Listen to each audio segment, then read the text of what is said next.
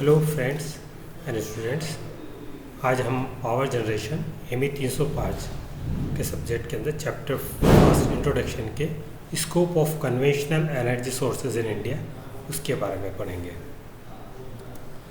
Scope of the conventional energy sources of India, जैसे कि मैंने पिछले लेक्चर में आपको बताया था कि कन्वेंशनल एनर्जी सोर्सेज कौन कौन से हैं अपने इंडिया के अंदर, जिसको हम प्राइमरी एनर्जी सोर्सेज भी कहते हैं। सबसे पहला है कोयला, ऑयल, क्रूड ऑयल और नेचुरल गैस। ये सब हम कन्वेंशनल सोर्सेज ऑफ एनर्जी है। न्यूक्लियर एनर्जी भी आती है, हाइड्रो इलेक्ट्रिक जो एनर्जी प्रोड्यूस होती है वो भी हम कन्वेंशनल सोर्सेज ऑफ एनर्जी कहते हैं, पारंपरिक ऊर्जा के स्रोत। तो ये कई सालों से हमारा चल रहे हैं ये, तो इनको हम पारंपरिक ऊर्जा स्रोत कहते हैं। इनका इंडिया में क्या स्कोप है, क्या वर्तमान में स्टेटस है और कितनी इनसे बिजली बनाई जाती है, इन सब का अध्ययन हम इसके अंदर करेंगे। तो the primary energy consumption in India is the third biggest after China and USA with 5.8% global share. ये हमारे लिए एक सुखद बात है कि हमारा इंडिया के अंदर जो प्राइमरी एनर्जी कंजप्शन है, जो पारंपरिक ऊर्जा का सोर्स से हम ऊर्जा बनाते हैं, बिजली बनाते हैं, उसमें इंडिया का तीसरा नंबर है। फर्स्ट चाइना का आता है, सेकंड यूएसए का और हमारा आता है थर्ड। यानी कि पूरे वर्ल्ड के अंदर हम 5.8% की हमारा कंट्रीब्यूशन है, तो हमारा थर्ड पोजीशन है। तो total primary energy consumption from coal से टोटल प्राइमरी कंजप्शन है वो 55.88% का होता है। यानी कि हम इंडिया के अंदर जितनी बिजली बनाते हैं उसके अंदर हम कोल के द्वारा जो बनाई जाती है वो 452.2 मीट्रिक टन्स ऑफ कोल इतना पूरे साल में खर्च करते हैं, और उससे 55.88% जो टोटल हम बिजली उत्पन्न करते हैं उसमें 55.88% कोल आधारित थर्मल पावर प्लांट्स के हम यूज़ करते हैं। उसी पर जो क्रूड ऑयल है, जो क्रूड ऑयल अपन के माइन से निकलता है, बॉम्बे हाई से, हम बाहर से गल्फ़ कंट्रीज से मंगाते हैं, वो क्रूड ऑयल जिसका बाद में फ्रैक्शनल डिस्टिलेशन करके हम डीजल या उसके अंदर पेट्रोल वगैरह बनाते हैं। तो ये जो क्रूड ऑयल है ये भी फैक्ट्री में काम में जाता है। इन पर जो पावर प्लांट आधारित है वो हम करीब 29.55% है, जैसे 30% हम जो बिजली प्रोड्यूस करते हैं वो क्रूड ऑयल के द्वारा प्रोड्यूस करते हैं, या इस क्रूड ऑयल एनर्जी सोर्सेज को हम यूज़ करते हैं हमारे इंडिया के अंदर। उससे नेचुरल गैस का हम यूज़ करते हैं 6.17%। ये पूरे हमें जितनी भी एनर्जी कंजप्शन है हमारा, जो इंडस्ट्री में यूज़ होती है या हमारे इरिगेशन में यूज़ होती है, उन सब के अंदर 6.17% हम क्या करते हैं इसके अंदर यूज़ करते हैं, नेचुरल गैस के अंदर। फिर न्यूक्लियर एनर्जी का आता है वो 8.88% मीट्रिक टन्स ऑफ एनर्जी हम यूज़ करते हैं। Nuclear energy 1.09%। तो ये न्यूक्लियर एनर्जी हम इंडिया के अंदर सिर्फ न्यूक्लियर पावर बनाने के अंदर ही यूज़ करते हैं ना। इसका जो अच्छा उपयोग है वही हम यूज़ करते हैं, और वो करीब 1.01% हम जो इसका उपयोग करते हैं, टोटल एनर्जी उसका 1% न्यूक्लियर एनर्जी के रूप में यूज़ करते हैं। फिर हाइड्रो इलेक्ट्रिसिटी है, ये हम क्या करते हैं, देश के अंदर बड़े बड़े बांध बने हुए हैं, उस बांध के अंदर पानी को रोकते हैं और फिर उस पानी की पोटेंशियल एनर्जी को काइनेटिक एनर्जी में कन्वर्ट करके और उस एनर्जी को हम यूज़ करते हैं। तो हम देश के अंदर जितने भी एनर्जी यूज़ करते हैं उन सब की ये है 3.91, करीब 4% एनर्जी हाइड्रो इलेक्ट्रिक प्लांट के अंदर हम यूज़ करते हैं। और लास्ट में रिन्यूएबल पावर, जो आजकल ऐसे अपारंपरिक ऊर्जा के स्रोत हैं, जैसे कि सोलर एनर्जी है, विंड एनर्जी है, टाइडल एनर्जी है, या गोबर गैस प्लांट वगैरह हम जो चलाते हैं, तो उनसे जो बिजली प्रोड्यूस करती है, उनसे जो एनर्जी हम यूज़ करते हैं वो हमारी 3.4% है, और इसको हम लगातार इंक्रीज़ करते रहते हैं। तो ये सारा जो डाटा मैंने बताया आप इस शीट में संलग्न है, वो सारा डाटा आपको बताता है कि हम एनर्जी का जो पारंपरिक ऊर्जा के स्रोत है उनका किस तरह से उपयोग करते हैं, किसका कितना शेयर है। Scope of conventional energy sources in India के अंदर कन्वेंशनल सोर्स ऑफ एनर्जी क्या क्या सोर्सेज हैं। India is largely dependent on the fossil fuel, coal, oil, natural gas of the country total energy consumption. मतलब ये कहते हैं फॉसिल फ्यूल किसको बोलते हैं?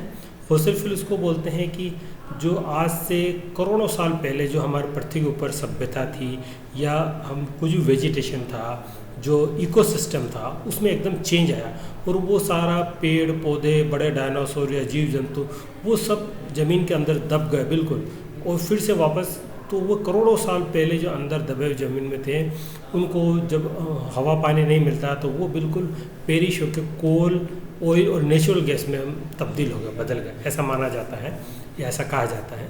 तो वो जो हम उसको एक्सप्लोर कर रहे हैं वो सब फॉसिल फ्यूल्स कहलाते हैं। तो फॉसिल फ्यूल में 3 कैटेगरी है, एक कोल को इसमें शामिल करते हैं, ऑयल को और नेचुरल गैस को। तो हम सबसे ज़्यादा अभी जो डिपेंडेंट हैं मतलब हमारे इंडिया के अंदर जो बिजली बनाई जाती है या हम और भी बिजली के अलावा भी जो यूज़ करते हैं, जैसे कि इंडस्ट्री के अंदर फर्नेस ऑयल के रूप में यूज़ करते हैं या जब इरिगेशन करते हैं तो हम डीजल पंप वगैरह चलाते हैं।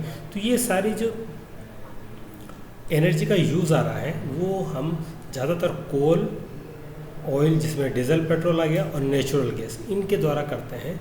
तो ये हम अभी भी इंडिया के अंदर इस पर डिपेंडेंट हैं। About 80% of the India's electricity generation is from fossil fuels. India के अंदर टोटल जो एनर्जी जनरेशन हो रहा है और उसके अंदर भी 80% हम जो फ्यूल यूज़ करते हैं वो फॉसिल फ्यूल, यानी कि 80% हम बिजली बना रहे हैं वो कोल, ऑयल और नेचुरल गैस से ही बना रहे हैं। India is surplus in electric generation and also marginal exporter of electricity in 2017। तो एक बड़ी सुखद अनुभव है हमारा कि इंडिया के अंदर इलेक्ट्रिसिटी के अंदर सेल्फ सफिशिएंट है, यानी कि जितनी बिजली हमें चाहिए उतनी हम उपयोग कर रहे हैं। तो ये किसी भी देश, एक विकसित देश का एक पैरामीटर होता है कि वो कितनी ज़्यादा बिजली प्रोड्यूस कर रहा है, और जितनी ज़्यादा बिजली वो प्रोड्यूस कर रहा है और उसका उपयोग कर रहा है, इसका मतलब उस देश के अंदर कल कारखाने बहुत अच्छे चल रहे हैं, इरिगेशन अच्छा हो रहा है, तो उस देश का डोमेस्टिक प्रोडक्ट बहुत ज़्यादा है। तो वो बहुत अच्छी तरह से वो क्या कर रहे हैं कि उसके अंदर प्रोड्यूस कर रहे हैं और वो अपना काम कर रहा है, देश में औद्योगिक विकास ज़्यादा हो रहा है ना। तो ये एक अच्छा पैरामीटर है और हम कह सकते हैं कि जैसा पहली स्लाइड में मैंने बताया था कि हम इंडिया के अंदर, वर्ल्ड के अंदर 3rd पोजीशन के ऊपर हम प्रोड्यूस भी करते हैं और यूटिलाइज भी करते हैं इंडिया का। India ranks 2nd after China in renewables production of with 208 metric tons in 2016। तो एक उन्होंने क्या है कि जो रिन्यूएबल सोर्सेज जो इलेक्ट्रिसिटी प्रोडक्शन हो रहा है ना, अपारंपरिक ऊर्जा स्रोत से जो हम बिजली बना रहे हैं उसमें इंडिया का 2nd नंबर है चाइना के बाद। तो ये भी एक बहुत बड़ी बात है कि हम ऐसे नए नए तरीके हमने खोज लिए हैं जो कि कन्वेंशनल पावर प्लांट के अलावा हमने रिन्यूएबल पावर प्लांट्स के अंदर बिजली प्रोड्यूस करी, उसमें हमारा 2रा नंबर है चाइना के बाद। फिर सोर्स ऑफ इलेक्ट्रिसिटी, अब हम पूरे वर्ल्ड वाइड देख रहे हैं कि पूरी दुनिया के अंदर इलेक्ट्रिक के सोर्सेस किस तरह से, इलेक्ट्रिसिटी की जो बिजली बनती है उनके अंदर एनर्जी किस तरह से दी जाती है। जैसे कोल आधारित पावर प्लांट है या ऑयल आधारित पावर प्लांट है, नेचुरल गैस आधारित है, प्राकृतिक गैस के आधार पर है, या न्यूक्लियर पावर प्लांट है या रिन्यूएबल पावर प्लांट्स हैं। तो हम कह सकते हैं, जैसे फिगर इसमें बताया गया है, हम लास्ट वाली लाइन पे देखें, लास्ट रो के अंदर इन्होंने बताया कि प्रोडक्शन हो रहा है। तो कोल, पूरी दुनिया के अंदर जितनी इलेक्ट्रिसिटी प्रोड्यूस होती है वो कोल आधारित थर्मल पावर प्लांट में 41% तो हमारा इसका शेयर है, यानी कि आधे से थोड़ा सा कम, 100% से का जो आधा होता है 50, उससे थोड़ा सा कम। तो सारे जो बिजली प्रोड्यूस कर रहे हैं वो कोल आधारित थर्मल पावर प्लांट से प्रोड्यूस कर रहे हैं। ये पूरे वर्ल्ड की बात बता रहा हूँ मैं। उसी तरह ऑयल आधारित जो पावर प्लांट्स हैं वो 5% हैं पूरे वर्ल्ड के अंदर। नेचुरल गैस पे आधारित हैं वो 21% हैं। न्यूक्लियर रिएक्टर्स जो लगे हुए हैं जहाँ न्यूक्लियर फिशन से हीट प्रोड्यूस की जाती है, उससे स्टीम बना के जो पावर प्लांट है न्यूक्लियर आधार पर, वो 13% करीब है। इसी तरह रिन्यूएबल्स एनर्जी के ज़रा जो मैंने बताया था आपको, विंड एनर्जी या सोलर एनर्जी, टाइडल एनर्जी, वो है 16% पूरे वर्ल्ड के अंदर, और बाकी के 3% अदर सोर्सेज से हम बिजली बनाते हैं। इस तरह टोटल 100% बिजली जो बनती है उसके अंदर ये अलग अलग शेयर है, वो आपको नीचे इसमें दर्शाया गया है। What is the conventional power plants? Conventional power plants क्या होते हैं? जैसे कि नाम से इनको पता है, पारंपरिक ऊर्जा संयंत्र या पारंपरिक शक्ति संयंत्र है ना, पारंपरिक शक्ति संयंत्र या पारंपरिक इलेक्ट्रिसिटी जनरेटर प्लांट्स, ये हैं 3 तरह के पारंपरिक होते हैं हमारा। थर्मल पावर स्टेशन जिसको तापीय शक्ति संयंत्र बोलते हैं, दूसरे हाइड्रो इलेक्ट्रिक पावर, जल विद्युत पावर प्लांट्स, जल विद्युत शक्ति पावर प्लांट, और तीसरा होता है न्यूक्लियर पावर प्लांट। तो 3 तरह के पावर स्टेशंस या 3 तरह के जो पावर स्टेशन हैं इनको हमने कन्वेंशनल श्रेणी में रखा गया। बाकी दूसरे जो पावर प्लांट हैं वो कन्वेंशनल नहीं है, वो नॉन कन्वेंशनल है। जैसे कि रिन्यूएबल एनर्जी पर आधारित है, जो मैंने आपको पिछली स्लाइड से बताया था, जैसे कि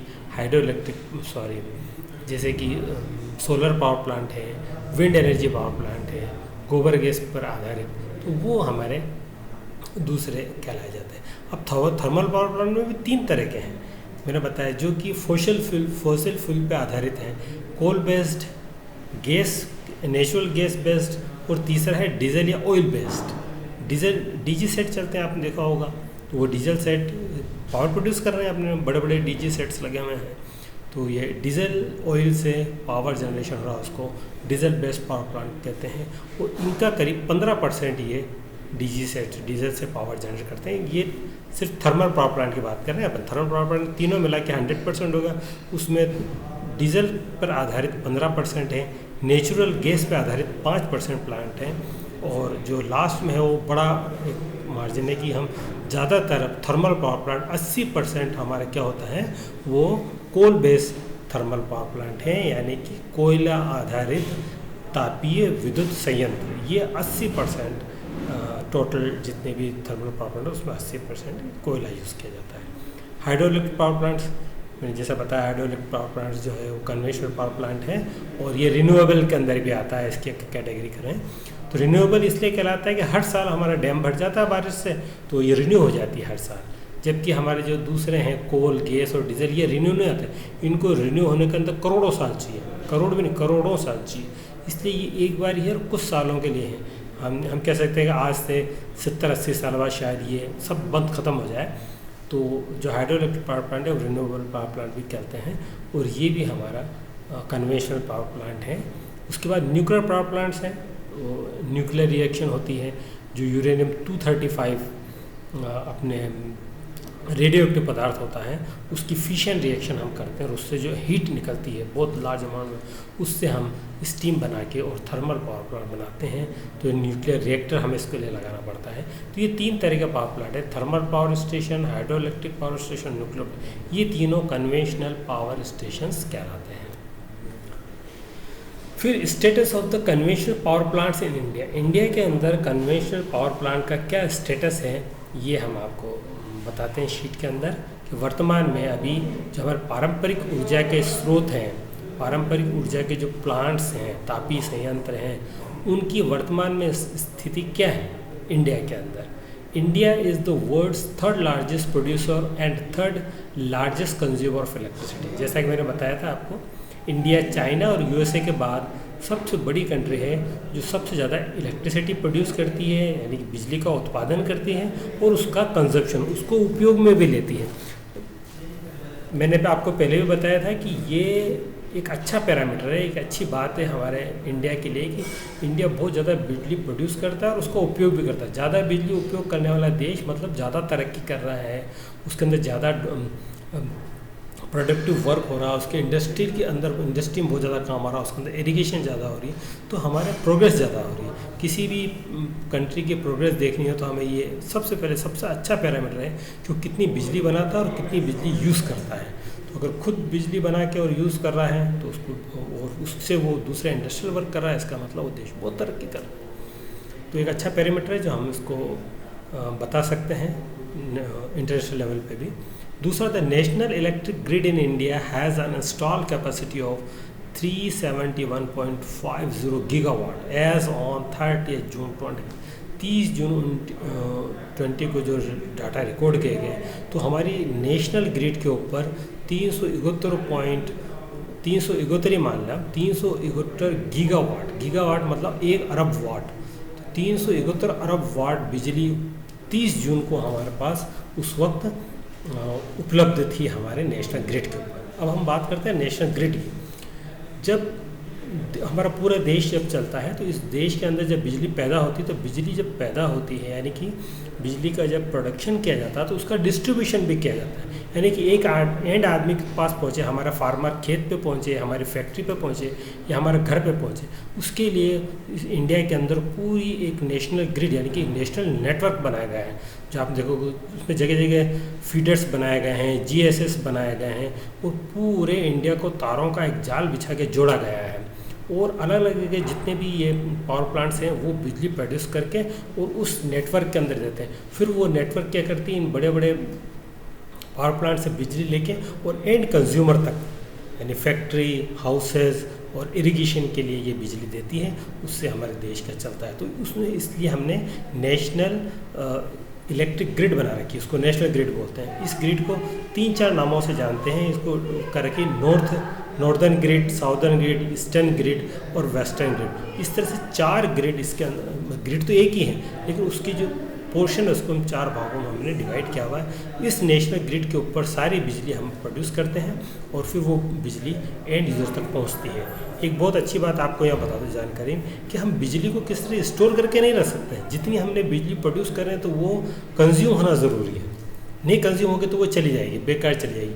यानी कि 371 गीगावाट्स मतलब इतने जूल्स पर सेकंड बिजली प्रोड्यूस हो रही है।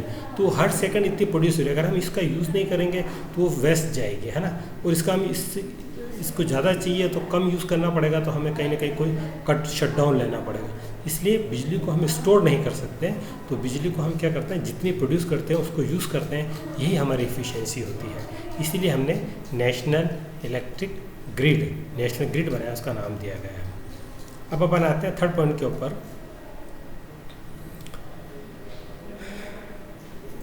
The gross electricity consumption in 2018 and 19 was 1181 kilowatt hour per capita। यानी कि ये भी एक अच्छा आंकड़ा दिया गया। हमारे देश में जो टोटल बिजली पैदा होती है पर कैपिटा उसको कितने आता है, हर आदमी के ऊपर कितनी आती, तो हम कह सकते हैं कि 1181 किलोवाट आवर बिजली पर इंडियन सिटीज़न हम प्रोड्यूस करते हैं। एक इंडियन सिटीज़न के लिए हम इतनी बिजली प्रोड्यूस करते हैं। यानी कि जितनी टोटल बिजली प्रोड्यूस हो रही है उसमें हम देश की जनसंख्या का भाग लगा देते हैं, डिवाइड कर देते हैं उससे। तो ये पर कैपिटा, जैसे पर कैपिटा इनकम होती है देश की, उसी तरह से पर कैपिटा इलेक्ट्रिसिटी प्रोडक्शन कितना हो रहा है। ये भी एक अच्छा सूचकांक है हमारे देश की प्रगति को किसी बाहर कहीं शो करने के लिए कि हमारे देश के अंदर 1181 किलोवाट आवर हर आदमी के लिए बिजली प्रोड्यूस की जाती है। तो ये भी एक अच्छा इंडिकेटर है।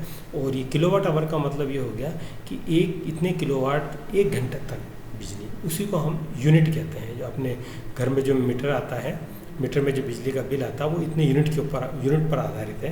तो किलोवाट आवर एक यूनिट होती है। इतने किलोवाट बिजली 1 घंटे तक इन्होंने जलाई है तो किलोवाट आवर बिजली होती है।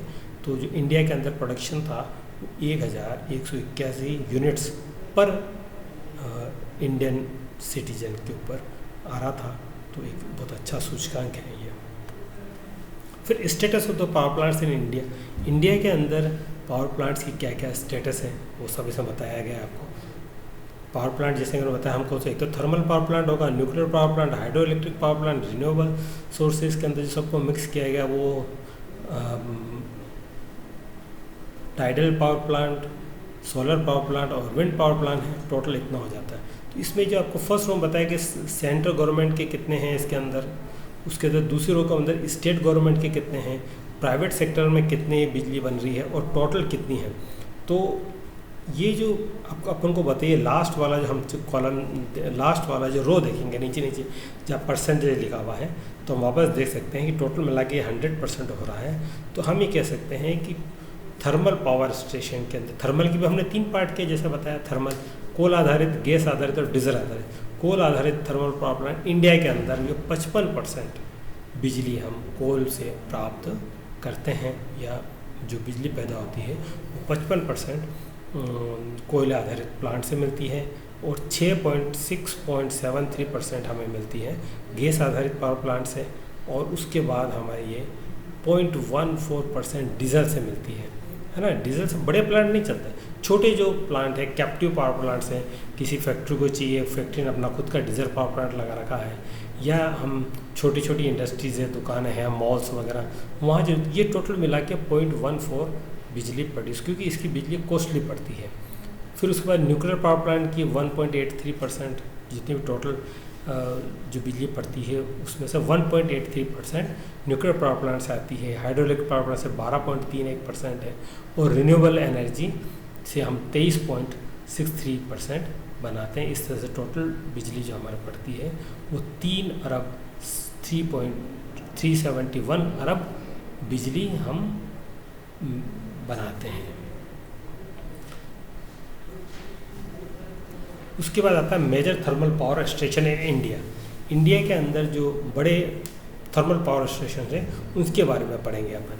तो ये 10 बड़े पावर प्लांट्स के बारे में हम यहाँ बात करते हैं, जो सुपर थर्मल प्लांट, बहुत बड़े पावर प्लांट। वैसे तो बहुत सारे प्लांट हैं, लेकिन हम यहाँ पर अभी सिर्फ 10 बड़े पावर प्लांट का हम यहाँ पे आपको बताएंगे कि 10 पावर प्लांट कौन कौन से हैं। जिसमें सबसे पहला है विंध्याचल थर्मल पावर स्टेशन, जो सिंगरौली में है, डिस्ट्रिक्ट ऑफ मध्य प्रदेश। मध्य प्रदेश की सिंगरौली डिस्ट्रिक्ट में विंध्याचल थर्मल पावर प्लांट, ये लार्जेस्ट पावर प्लांट है इंडिया के अंदर। फिर दूसरा आता है Sasan ultra mega power plant, Madhya Pradesh के अंदर है, दूसरे नंबर पे आता है इसकी कैपेसिटी वाइज। तीसरा है ट्रॉम्बे इन मुंबई, मुंबई के अंदर ट्रॉम्बे पावर प्लांट है। जमशेदपुर में पावर प्लांट है। मैथन के अंदर, झारखंड के मैथन डिस्ट्रिक्ट के अंदर जो पावर प्लांट है। हल्दिया डिस्ट्रिक्ट के अंदर, वेस्ट बंगाल, पश्चिम बंगाल के हल्दिया डिस्ट्रिक्ट के अंदर पावर प्लांट है। और कलिंगनगर उड़ीसा के अंदर एक पावर प्लांट है। मुद्रा इन गुजरात, कच्छ गुजरात के अंदर मुद्रा में एक पावर प्लांट है। एक नहीं 2 पावर प्लांट हैं बहुत बड़े, प्राइवेट सेक्टर में है दोनों। और फिर है जोजोबेरा झारखंड के अंदर, और Tiroda thermal power plant in Maharashtra के अंदर है। सबसे पहले हम पढ़ते हैं Vindhyachal power station. Vindhyachal power thermal power station in the Singrauli district of Madhya Pradesh with an installed capacity of 4,760 megawatt and is currently the biggest thermal power in India। जो India का सबसे बड़ा पावर प्लांट है, जो कि 4,760 megawatt बिजली उसके अंदर उत्पन्न होती है। और ये सबसे बढ़िया है जो विंध्याचल थर्मल पावर प्लांट के नाम से जाने, मध्य प्रदेश के अंदर है। और सिंगरौली के अंदर क्या होता है, वहाँ कोल माइंस है, बहुत ज़्यादा कोल डिपॉजिट है, कोल फील्ड्स हैं, वहाँ कोल की बड़ी बड़ी माइंस हैं। तो हमने प्लांट ही वहीं लगा दिया ताकि कोयले का ट्रांसपोर्टेशन नहीं करना पड़े। तो कोयले का ट्रांसपोर्टेशन करते तो इसकी कॉस्ट बहुत बढ़ जाती है। कोयला के माइंस से जहाँ प्लांट है वहाँ ले जाने के अंदर हमें बहुत पैसा खर्च करना पड़ता है। इसलिए हम जनरल क्या करते हैं कि माइंस के पास ही लगा देते हैं ताकि हमें ज़्यादा ट्रांसपोर्टेशन कोयले की कम कॉस्ट आए। It is coal based thermal power plant है और ये NTPC करती है। अब NTPC का जो नाम आया इसका मतलब नेशनल थर्मल पावर कॉरपोरेशन। ये पब्लिक सेक्टर यूनिट है NTPC, national thermal power corporation, जो कि जैसे अपने दूसरी कोई पब्लिक सेक्टर कंपनी होती है जो ये सेंट्रल गवर्नमेंट की है, इसका काम ही ये है कि ये थर्मल पावर को प्रोड्यूस करें और उनका रखरखाव करें और ये पावर प्रोड्यूस करके नेशनल ग्रिड के ऊपर सप्लाई करें इंडिया को। तो इसका नाम है नेशनल थर्मल पावर कॉरपोरेशन। वही इसको चलाता है, वही इसको इंस्टॉल करता है। इसके अंदर बहुत से पावर प्लांट है, मैंने 10 बोला, इसमें कम से 3-4 पावर प्लांट ये NTPC चलाती है। Plant comprise of 12 generating units. ये 460 मेगावाट है, ये एक ही यूनिट से नहीं चलता है, इसके अंदर 12 यूनिट लगी। 12 यूनिट से ये हम 4,760 मेगावाट का बिजली प्रोड्यूस करते हैं। 6 इसके अंदर 210 मेगावाट की यूनिट लगी हुई हैं और 6 यूनिट इसके अंदर 500 मेगावाट की। तो टोटल मिला के क्या हो गए, 6 210 और दूसरी 6 500 यूनिट। तो इसके अंदर 6 जैसे टरबाइन लगे होंगे, 6 बॉयलर्स, फिर दूसरे 6 टरबाइन, 6 बॉयलर, इस तरह 12 यूनिट इसमें लगे हुए हैं। वो 4,760 मेगावाट बिजली प्रोड्यूस करती है, जो कि इंडिया के अंदर सबसे बड़ा पावर प्लांट कहलाया जाता है। मुद्रा थर्मल पावर स्टेशन, ये दूसरे नंबर का पावर प्लांट है, जिसकी इंस्टॉल्ड कैपेसिटी है 4,620 megawatt. Mundra thermal power station located in Kutch district of Gujarat, Gujarat की कच्छ डिस्ट्रिक्ट में लोकेटेड है एंड इंडिया का दूसरे नंबर का second biggest operating thermal power plant है इंडिया के अंदर। It is a coal fire power plant owned and operated by the Adani power. ये पावर बिल्कुल प्राइवेट सेक्टर में है, अडानी ग्रुप का है ये, और वही इसको प्रोड्यूस करते हैं और ये फिर बिजली प्रोड्यूस करके और सरकार को बेचते हैं, यानी नेशनल ग्रिड पे डालते हैं, तो सरकारों को पर यूनिट के हिसाब से चार्ज देना पड़ता है इनको। तो ये इसी पूरा पावर प्लांट ये अडानी साहब इसके अंदर मैनेज करते हैं। The power plant consist of 9 generating units. इसके अंदर जैसे पिछली बार हम 12 यूनिट्स थी, तो इसमें यहाँ पे कितनी है, 9 यूनिट्स है। 330 मेगावाट की 4 यूनिट है और 5 यूनिट है 660 मेगावाट की। तो टोटल मिला के ये 4620 मेगावाट की बिजली प्रोड्यूस करते हैं। ये प्राइवेट सेक्टर के अंदर अडानी ग्रुप का है। तीसरा, ये भी मुद्रा के अंदर है, लेकिन इसके अंदर इन्होंने नाम दिया है मुद्रा ultra mega power plant, UMPP। ये टाटा इसको मैनेज करता है, टाटा ग्रुप का पावर प्लांट है। ये भी वहीं गुजरात में लगा हुआ है और ये भी उससे 3rd नंबर का आता है। यानी कि हम मुद्रा के अंदर हम कह सकते हैं कि 8,000 करीब मेगावाट बिजली प्रोड्यूस होती है। तो वो एक बहुत बिजली प्रोड्यूस करने वाला सेंटर हो गया बहुत बड़ा। ये भी कच्छ डिस्ट्रिक्ट गुजरात में है, इसकी रैंक 3rd है और ये Gujarat coastal Gujarat power limited जो कि टाटा पावर की है वो इसको बिजली बनाती है। ये भी प्राइवेट सेक्टर में है। The thermal power plant consist 5,800 megawatt की जनरेटिंग यूनिट्स है इसके अंदर, यानी कि 8 5 40 5 ऐसी यूनिट जो 800 मेगावाट प्रोड्यूस करती है, तो 4,000 मेगावाट का ये प्लांट है। चौथा आता है अपना Sasan ultra mega power plant. Ultra mega power plant यानी कि बहुत बड़ा मॉडर्न पावर प्लांट को हम अल्ट्रा मेगा पावर प्लांट बोलते हैं। ये मध्य प्रदेश में है। Sasan ultra mega power plant located in Sasan village. Sasan village में ही ये लोकेट किया, इसका नाम ससन रख दिया है। और सिंगरौली डिस्ट्रिक्ट से मध्य प्रदेश से इसको कोयला सप्लाई होता है, क्योंकि सिंगरौली डिस्ट्रिक्ट पास है इसके, और वहीं से हम इसको कोयला सप्लाई करते हैं। इसकी इंस्टॉल कैपेसिटी है 3,960 मेगावाट की। On and operated by the Reliance power. ये रिलायंस पावर के द्वारा ऑपरेट किया जाता है और वो इसके मालिक है, और वो बिजली बना के नेशनल ग्रिड पे देते हैं और फिर सरकार से पर यूनिट के हिसाब से बिजली पैसा चार्ज करते हैं। फिर आता है टायरोडा थर्मल पावर प्लांट। महाराष्ट्र के अंदर टायरोडा थर्मल पावर प्लांट है। टायरोडा थर्मल पावर प्लांट महाराष्ट्र, इसकी इंस्टॉल कैपेसिटी है 3,300 मेगावाट की, कोल बेस्ड है, और ये अडानी पावर ग्रुप का है। अडानी पावर महाराष्ट्र ग्रुप का है ये, यानी ये भी प्राइवेट सेक्टर का है। इसकी जो 5 यूनिट लगी हुई 660 मेगावाट की, 5 यूनिट्स लगी हुई हैं, तो ये 5 यूनिट मिलके 3,360 मेगावाट बिजली प्रोड्यूस करती हैं। दूसरा है, फिर एक और दिया है टल्चर सुपर पावर स्टेशन या NTPC का टल्चर कनिहा पावर स्टेशन। ये 3,000 मेगावाट बिजली बनाता है और ये NTPC के द्वारा ऑपरेट किया जाता है। NTPC का बताया नेशनल थर्मल पावर कॉरपोरेशन, जो सेंट्रल गवर्नमेंट इंडिया का यूनिट है, पब्लिक सेक्टर यूनिट है, वो इसको बनाती है और सप्लाई करती है। फिर आता है Rihand thermal power station. Rihand thermal power station is located at the Rihandnagar, Sonbhadra district, Uttar Pradesh की सोनभद्रा डिस्ट्रिक्ट के अंदर लोकेटेड है। ये भी NTPC के द्वारा ऑपरेट किया जाता है, कोल आधारित है, और इसकी कैपेसिटी, इंस्टॉल कैपेसिटी है 3,000 मेगावाट। इसके अंदर 6 यूनिट्स लगी हुई हैं जो कि 500 मेगावाट डेवलप करती है हर यूनिट। इस तरह से टोटल इसका प्रोडक्शन कैपेसिटी हो गई 3,000 मेगावाट। फिर आते हैं Rajiv Gandhi super thermal power station. ये इसकी टोटल इंस्टॉल कैपेसिटी है 2,980 मेगावाट की। Sipat super thermal power plant भी बोलते हैं इसको। ये सिपत डिस्ट्रिक्ट, बिलासपुर डिस्ट्रिक्ट के अंदर, सिपत गांव के अंदर लगा हुआ, छत्तीसगढ़ के अंदर। ये इंडिया का 8th largest thermal power plant है।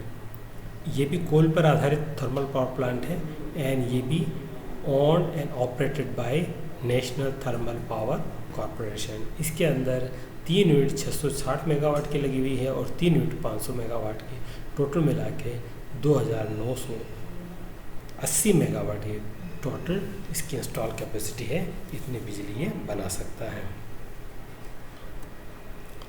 फिर आता है Chandrapur thermal power station. Chandrapur thermal power station ये इसकी 2920 मेगावाट पावर प्लांट है, जो कि चंद्रपुर के अंदर है, महाराष्ट्र स्टेट के अंदर, चंद्रपुर डिस्ट्रिक्ट के अंदर ये है।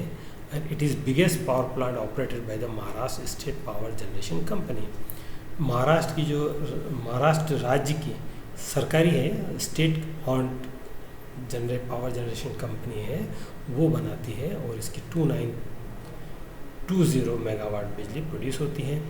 प्लांट के अंदर 500 मेगावाट के 5 यूनिट हैं और 2 यूनिट 210 मेगावाट की हैं, है ना। फिर उसके बाद जो लास्ट में 3-4 हैं, ये है एनटीपीसी के द्वारा ओन्ड है, ये Dadri thermal power station. Dadri में एनटीपीसी का बहुत बड़ा थर्मल पावर स्टेशन है। तो NTPC Dadri owned and located in the Gautam Buddh Nagar district of the Uttar Pradesh. Uttar Pradesh की गौतम बुद्ध नगर डिस्ट्रिक्ट के अंदर एक दादरी पावर प्लांट लगा हुआ है और इसकी इंस्टॉल कैपेसिटी है 2637 मेगावाट की कैपेसिटी इसके अंदर। और इसके अंदर 2 तरह के प्लांट लगे हुए हैं, गैस आधारित भी हैं और ये कोल आधारित भी है। 817 गैस आधारित प्लांट बिजली पैदा करता है और कोल से वो 1820 मेगावाट हम कोल से प्रोड्यूस करते हैं। फिर ट्रॉम्बे में लगा हुआ है। ट्रॉम्बे जो बॉम्बे के अंदर था, पहले आप मुंबई बोलते हैं, तो ट्रॉम्बे पावर प्लांट है। Trombay thermal power station located in Mumbai has an installed generation capacity of 1580 megawatt, 1580 megawatt की इसमें इंस्टॉल्ड कैपेसिटी है। एंड ये मुंबई को ज़्यादातर सप्लाई करता है। 150 मेगावाट पहले लगाया था, 500 मेगावाट का और लगा दिया है, तो ये अब सेटिंग टोटल मिला के ये 1580 मेगावाट का टोटल सप्लाई करता है। जनरली बॉम्बे के अंदर नेशनल ग्रिड में देना पड़ता है, उसके बाद ही बॉम्बे को सप्लाई होता है। अब हम आते हैं, ये this is all about the thermal power station. अब हम आते हैं hydro electric power plants. Hydro electric power plants मैंने बताया जैसे कि हम बड़ी बड़ी जो देश की नदियां हैं उन पर बांध बनाते हैं, पानी को रोकते हैं और उस पानी की जब रोकने से उनकी पोटेंशियल एनर्जी बढ़ जाती है, वो फिर हम नीचे टरबाइंस वगैरह लगाते हैं, पैल्टन व्हील, फ्रांसिस या कापलान टरबाइन, और उससे जनरेटर चलाते हैं। तो इस तरह से हम पानी से बिजली पैदा करते हैं। तो इंडिया के अंदर जो currently 197 hydro electric power plant है। जल विद्युत पावर संयंत्र जो है 197 है इंडिया के अंदर, और जो कि 25 मेगावाट से अभाव है। Rank 5th in the world में हमारा 5वां नंबर है पानी से बिजली पैदा करने के अंदर। जो मेजर प्लांट से हम डिस्कस करेंगे, जो जिनकी कैपेसिटी 100 मेगावाट से ज़्यादा है, वो सारे प्लांट मैंने यहाँ टेबल में किए हुए हैं, टेबुलेशन किया हुआ है, आप इसके अंदर देख सकते हैं, समझ सकते हैं। कि टेहरी डैम का नाम आपने सुना होगा, टेहरी डैम, जिसके ऊपर काफ़ी हमने यहाँ पे एजिटेशन हुआ था, सुंदरलाल बोगड़ा वहाँ चिपको आंदोलन किया था। तो टेहरी है जो उत्तरांचल में है, अब उसको उत्तराखंड बोलते हैं, वहाँ पर ये बांध बना हुआ बहुत बड़ा टेहरी बांध, उसमें जो बिजली पैदा होती है वो 2400 मेगावाट की है ना, 2400 मेगावाट बिजली होती है। उसके बाद दूसरा आता है सिरसालम डैम, आंध्र प्रदेश के अंदर 1670 मेगावाट का, बहुत फेमस है। नागार्जुन जो कृष्णा नदी में बना हुआ है, इसमें 965 मेगावाट बिजली पैदा होती है। फिर गुजरात में सरदार सरोवर बांध है, जिसके अंदर हमने पावर प्लांट लगाया है और वो 1450 मेगावाट की बिजली प्रोड्यूस करता है। इसी तरह से हम और आगे चलते हैं तो यहाँ देखते हैं कि ये पंजाब की है, रावी, व्यास, सतलुज, इन सभी नदियों के ऊपर हमने बांध बनाए हुए हैं और सबसे बिजली पैदा होती है किसी से 1500। क्योंकि अगर जहाँ पहाड़ी इलाका है, जैसे कश्मीर के अंदर या उसके नीचे हिमाचल प्रदेश में पहाड़ी इलाका है, तो उसमें हमें क्या है, इसका हेड ज़्यादा मिल जाता है, तो हमें बांध भी छोटे बनाना पड़ते हैं, नदी रुक जाती है, पानी रुक जाता है, और उसके बाद हमें ऊंचाई मिलती है ताकि हमें उसका हेड अच्छा मिल सकता है और हम अच्छी तरह बिजली, कम पानी से भी बिजली प्रोड्यूस कर सकते हैं। तो जो भी ये पंजाब की 5 नदियाँ हैं जो हिमाचल से होकर आती है, तो हिमाचल में, पंजाब में ये बहुत सारे डैम बने हुए। देखो यहाँ इस फिगर के अंदर ही 5 तो हिमाचल में बने हुए, सतलुज पे बना हुआ, व्यास के ऊपर बना हुआ, रावी के ऊपर बना हुआ, तो ये सारे इसके ऊपर बने हुए हैं। फिर उसी तरह से हम यहाँ पे सलाल में, चिनाब में 690 मेगावाट का बना हुआ है। सरस्वती नदी के ऊपर 1000 कर्नाटक के अंदर बना हुआ है। जम्मू कश्मीर में चिनाब के ऊपर बने हुए हैं। सबसे ज़्यादा देखा जाए तो हिमाचल प्रदेश में बने हुए हैं। हिमाचल प्रदेश, जम्मू कश्मीर, क्योंकि पहाड़ी इलाका है और नदियाँ वहाँ से बहती हैं, वो पहाड़ों को बीच में काटना बहुत आसान होता है। दोनों तरफ तो हम डैम बनाने में कम पैसा लगता है और हमें बिजली भी अच्छी तरह मिल जाती है, और हमें काफ़ी नीचे हम टरबाइन लगाते हैं तो हमें हेड ज़्यादा मिल जाता है, तो बहुत कम पानी से हम बहुत ज़्यादा बिजली प्रोड्यूस कर सकते हैं। इसी तरह से केरला में पेरियार नदी के ऊपर, बांध के ऊपर बना हुआ है, जिसको हम क्या बोलते हैं, इद्दुकी नदी के ऊपर बना हुआ केरला के अंदर। उसी तरह से मध्य प्रदेश में नर्मदा नदी के ऊपर बना हुआ है। नर्मदा नदी पे 3 डैम बने हुए हैं, तीनों से हमें बिजली पैदा होती है। फिर उसके बाद तीस्ता नदी पे बना हुआ सिक्किम के अंदर। उसी तरह से ये हम लोहारगिरी पाला के अंदर 700 मेगावाट का बना हुआ है। तो जितनी भी नदियां हैं उन सब पे बांध बने हुए और वहाँ से हम बिजली पैदा करते हैं। तो ये this is all about the hydro electric power plants, है ना। ये हाइड्रो इलेक्ट्रिक जो आपको सारणी में दिए, आप चाहे इसकी स्टडी कर सकते हैं, देख सकते हैं। फिर आता है major nuclear power plants in India. India के अंदर जो बड़े बड़े मेजर न्यूक्लियर प्लांट्स कौन कौन से हैं? कन्वेंशनल पावर प्लांट में 3 बताए थे मैंने आपको, hydro electric power plant, thermal power plant और न्यूक्लियर पावर प्लांट। तो न्यूक्लियर पावर प्लांट के अंदर जो इंडिया के अंदर वर्तमान में क्या पोजीशन है, कितना हो रहा है, वो हम यहाँ देखते हैं। As on March 2018 India has 22 nuclear reactors in operation. इसमें 22 न्यूक्लियर रिएक्टर थे और 7 न्यूक्लियर पावर प्लांट्स हैं। 7 न्यूक्लियर पावर प्लांट्स हैं इंडिया के अंदर, उसके अंदर 22 रिएक्टर लगे हुए हैं और इनकी टोटल कैपेसिटी है 6780 megawatt.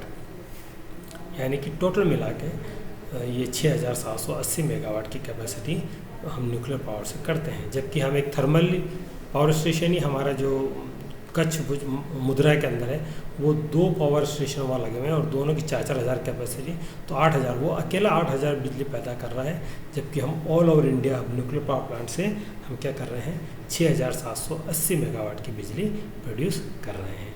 Nuclear power production total of 35, यानी कि 3.22% ऑफ इंडिया की कैपेसिटी है। टोटल जितना प्रोड्यूस होता है उसमें 3.22% न्यूक्लियर पावर प्लांट से प्रोड्यूस होता है। 7 रिएक्टर तो लगे हुए हैं, 22 रिएक्टर तो लगे हुए हैं, 7 और लगने वाले आने वाले टाइम में।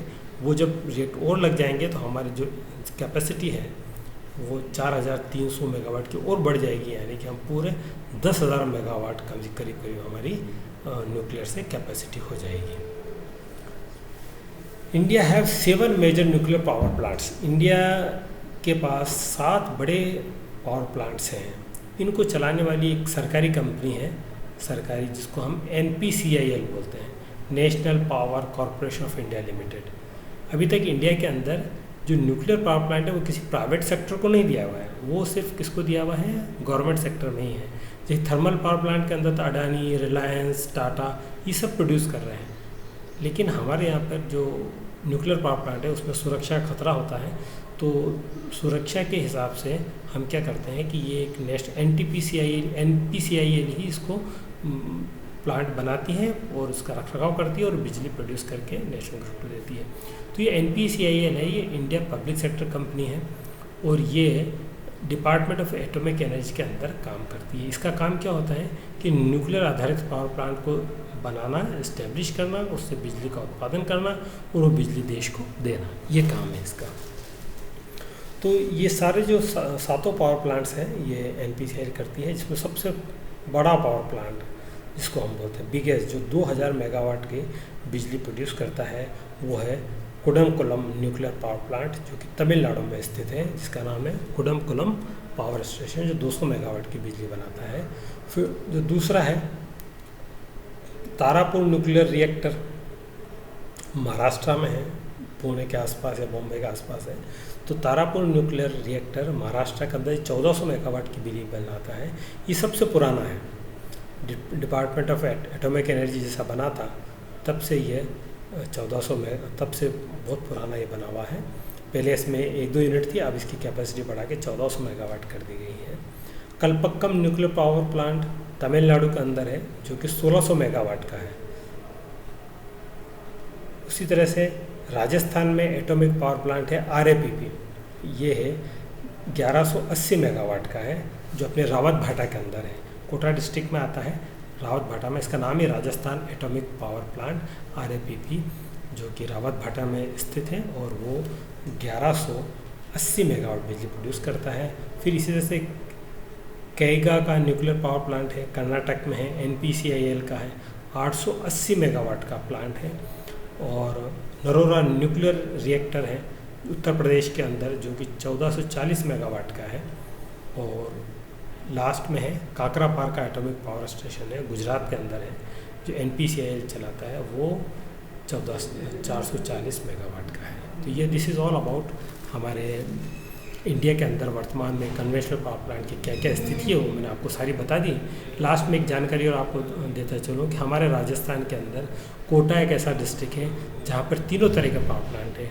जैसे कि उसके कोटा के रावत भाटा जो तहसील है उसके अंदर ये RAPP प्लांट बना हुआ है, एटॉमिक पावर प्लांट है। फिर चंबल बैराज के ऊपर हाइड्रो इलेक्ट्रिक पावर प्लांट है। और KTP है जो thermal Kota thermal power plant जो स्टेट इलेक्ट्रिसिटी बोर्ड का है ना, वो RSCB का है, वो एक बहुत बड़ा पावर प्लांट। इस तरह से हम कह सकते हैं कि राजस्थान में तीनों तरह के पावर प्लांट अभी हमारे पास उपलब्ध हैं, है ना। तो हम कैसे, और इसी तरह से 3 पावर प्लांट और भी हमारे आने वाले हैं जो कि बांसवाड़ा के अंदर है। बांसवाड़ा के अंदर एक ऑलरेडी छोटा हाइड्रो इलेक्ट्रिक पावर प्लांट है जो कि माही डैम से पानी लेके और उसको चलाया जाता है। उसी तरह से अब वहाँ पर 2 और थर्मल और न्यूक्लियर पावर प्लांट की भी गवर्नमेंट ने प्रस्तावना कर दी थी। इस तरह से कोटा के बाद शायद बांसवाड़ा भी कैसे शहर हो जाएगा जहाँ पे तीनों तरह के पावर प्लांट हमें मिलेंगे। इस तरह से हम राजस्थान में और इंडिया के अंदर जो पावर प्लांट्स हैं, कन्वेंशनल पावर प्लांट्स के बारे में हमने अध्ययन किया। This is all about. और आपको अगर कोई भी क्वेश्चन वगैरह है तो आप पूछ सकते हैं, मेरा मोबाइल नंबर इसके अंदर दिया हुआ है, और व्हाट्सएप पे या फ़ोन करके आप पूछ सकते हैं। Thank you very much sir.